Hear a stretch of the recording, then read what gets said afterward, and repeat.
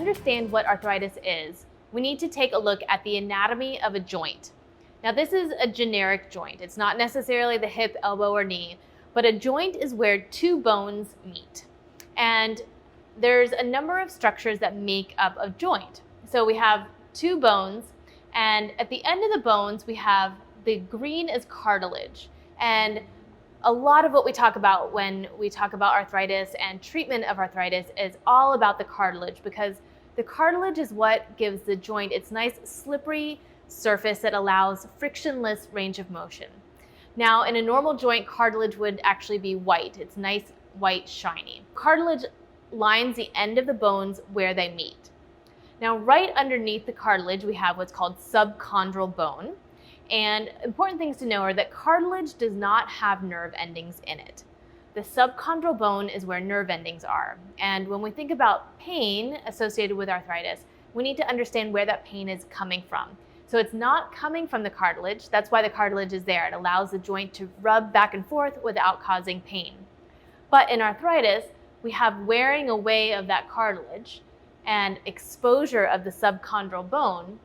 And now we have what we describe, or many people think of, as that bone-on-bone pain. And that's, again, where the nerve endings are, they can rub on one another. The unfortunate thing about cartilage is once it's gone, it's not coming back. That's why at this point in time, arthritis is an incurable condition, because once we've lost that cartilage, we can't regrow it. Other structures that are important in the joint are the joint capsule. So that's this blue structure here. The joint capsule is a membrane that surrounds the joint, and it has two layers to it. The outside layer is the fibrous layer, and that helps hold the joint together. That gives it some structure and some support or stability. The inside of the joint capsule is the synovial layer, and this is where joint fluid is made. It's also where nerve endings are. So if a joint capsule is stretched, that's going to put more pressure or stretch on the nerves, and that's going to lead to pain or discomfort. So if we look inside the joint now at our joint fluid should be nice and sticky. It's basically the oil in the car. It should be the lubricating surface. It's also what gives the nutrition to the cartilage and to all of the joint.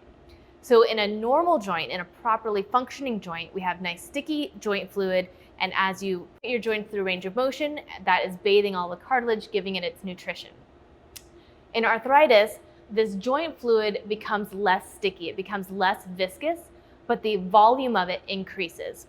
So now we have an increased volume of joint fluid that's not quite as nutritious as it needs to be, but that swelling inside, because of that increased joint volume or that joint fluid volume, now we're stretching the joint capsule, and that leads to some degree of discomfort or pain. So the other thing to note is we have a muscle. So muscles, the job of a muscle is to create action around a joint.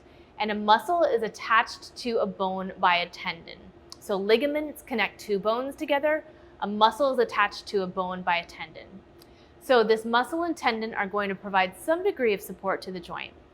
But more importantly, what tends to happen with arthritis is that muscle will start to atrophy, or it will shrink down. And that's usually because we have discomfort or pain in the joint, we have stiffness, and we have that muscle not wanting to work. Now, one thing where the stiffness comes from is this joint capsule will actually start to thicken over time. So whereas in a normal joint, it's a nice thin membrane, in an arthritic joint, it's a very thick capsule. And so that thick capsule is going to lead to stiffness and restriction of range of motion inside the joint. So then we have bone spurs. Bone spurs are technically called osteophytes, and they can occur really anywhere inside the joint. They can occur right where a tendon attaches, or they can occur inside the joint itself. And those bone spurs are a secondary development that tend to develop over months to years in an arthritic joint. And they are going to also contribute to some degree of discomfort or pain. Just in summary, a joint is where bone ends meet, 2, 3, or sometimes more bones. The ends of the bone are lined by cartilage. Cartilage gives the slippery surface. It should be nice, white, and shiny. As that cartilage wears away, it exposes the subchondral bone where nerve endings are. That's where we get that grinding and that bone-on-bone type pain. The joint capsule is where nerve endings are and also where the joint fluid is produced. With arthritis, our joint fluid gets less thick and more voluminous. stretching the joint capsule leading to joint pain. That thick joint capsule now leads to loss of range of motion. Our muscles that surround the joint are going to atrophy, or they're going to shrink because it's uncomfortable or it's painful to put our joint through range of motion. So we have all of our summary here of what happens in arthritis. This is the bad part.